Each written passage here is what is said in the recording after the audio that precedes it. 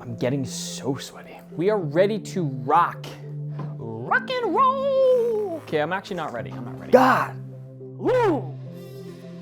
Today's video is how I went from 26 broke working at a bank to co-owning a 6-figure production company.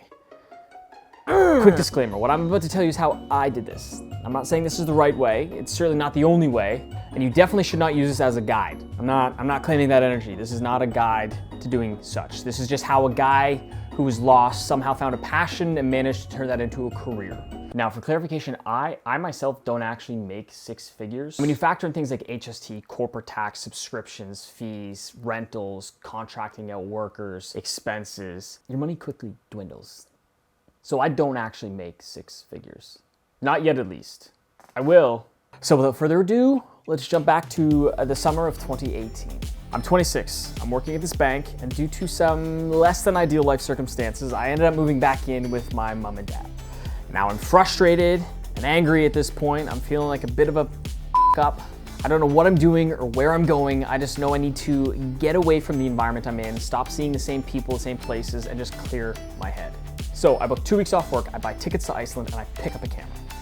This is my first really big trip anywhere. It's by myself, and I just want to document it. I want to have photos and videos to look back on. Now, up until this point, my only exposure to a camera was when I was 21. I picked up a GoPro, and I would make little tiny hiking edits with friends and family. Now, while I was in Iceland with this camera, the feeling of holding it, creating poorly composed, out of focus images was just infectious. Frustrating, albeit because I didn't inherently know how to use this camera, but it was infectious nonetheless, addicting even. I instantly knew on some level that when I got home I had to pursue whatever this feeling was that I was having on this trip. So at the end of this trip I gave myself an ultimatum. I can go home, back to a job that I hate, or I can take a chance on me, on something that I actually want to do, or think at this point that I want to do. So I get home, and I put my 2 weeks in. I'm now jobless, living with my parents, with this camera. Now I need to, in rapid succession, do 2 things. 1, learn how to use this camera, and 2, find a way to monetize this. So I did 4 things immediately. The first thing I did was consume content. I consumed ungodly amounts of content, hours, days, weeks, months worth of content. It was like going back to school, but for something that I actually liked. The second thing I did was apply to a camera store in my city, Henry's to be specific. And to my amazement, they hired me on part-time. I now get to make money while I play with cameras all day. The third thing I did was committed to doing a video edit every single day on my Instagram for 365 days. I only made it to 70 days, but we're gonna get to why that was later. Now keep in mind, these videos weren't perfect. They arguably weren't even that good. They're just random excerpts of my day, hiking with friends, walking my dog, talking about step-up rings in my basement. I even made a video about brushing my teeth. Now this did 2 things for me. 1, it gave me the discipline to complete something every single day and to make sure that I was hammering on my craft every single day. The second thing it did was push my creative envelope in the sense that I didn't want to keep putting out the same video day after day after day. It made me think, what video is tomorrow? What video is the next day? What video is the next day? And it made me want to do bigger and better videos every single time. I'd reach out to small businesses. I'd ask to collaborate with them.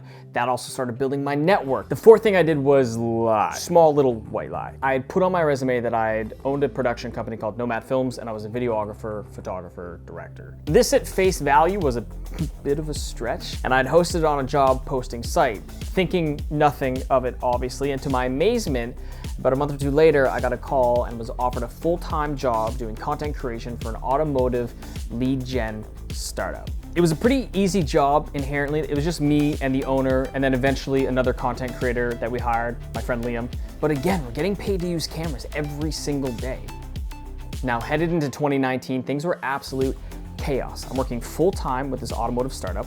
I'm working evenings and weekends at the camera shop. I'm doing these video edits every single day. And now thanks to those video edits, I started doing the odd freelance job, which initially was me filming DJs at a nightclub from midnight till 2 a.m. My weeks were insane. As 2019 progressed, the Henry's I was working at shut down. That freed up some time, and I stopped doing the daily videos because the freelance work I was doing, thanks to said daily videos, ended up taking priority. And I wanted to commit more time to doing those because they were generating income, which was my end goal, to make money with this camera. This was also right around the same time that I met Riker. He's my now business partner and my best friend. He had saw one of my daily videos about a graffiti tractor, asked about the location, and then we ended up getting coffee. We instantly hit it off, quickly became best friends. We started shooting almost every day after work, doing creative shoots, and he even helped me with some of my freelance stuff. It was electric. By the end of 2019, things had picked up enough with the freelance work that I thought I could take a go at going full-time. And with this newfound friendship and help of Riker, it seemed a lot more possible than it did the months prior. So, at the end of 2019, I went full-time freelance.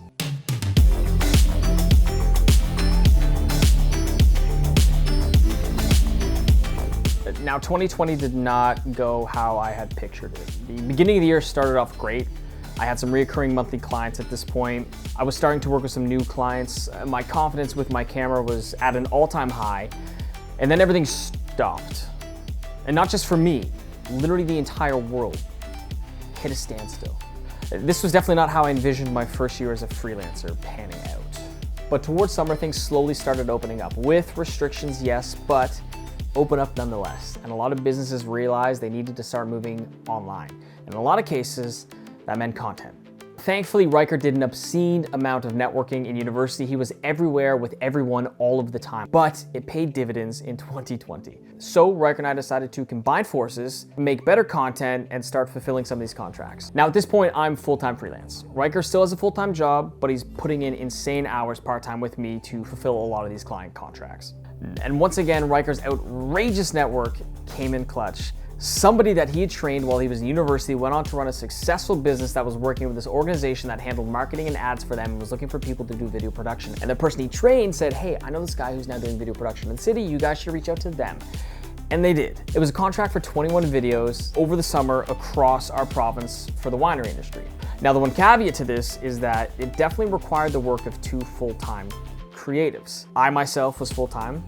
Riker, however, was still part-time because he had a full-time job. Now he had a tough decision, and after some deliberation, Riker decided to quit his job and come full-time with me. And this was officially the start of the Renaissance. It's like the Renaissance in Europe.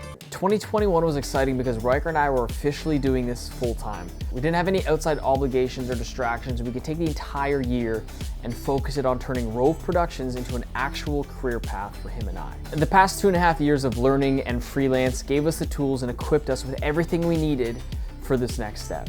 This year was about 3 things. Number 1, networking. But not just networking with clients and leads for business, but networking with other creatives. I think expanding your creative network is often overlooked. People tend to find their clicks and stick with them, but it's such an invaluable tool to constantly be growing your creative network. Whether it's other photographers, filmmakers, it doesn't matter the medium specifically, but surrounding yourself with other creative people, and when you're actually creating with them, how they conceptualize ideas, how they execute on these ideas, how they overcome creative blocks, barriers, hurdles. It can inspire you to not only create more, but to challenge the way you actually create, how you yourself view things. This just makes everybody a better creative.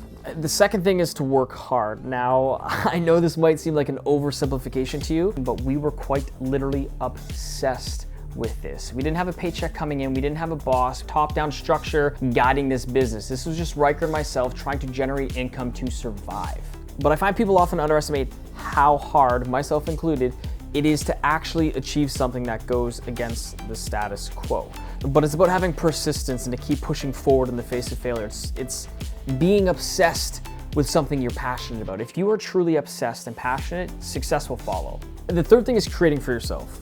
And I can't stress this one enough. This is arguably one of the most important factors for me. Allowing yourself to fully express your creativity without border, without client restrictions, is at the root of your creative growth. It allows you to refine your creative processes. It allows you to try new things. No matter how weird or crazy the idea is, I implore you to actually try it, if nothing else, for the thought process that follows. It's what we do to level up. It's what we do to reignite that passion. It is the reason why we do what we do and we love what we do.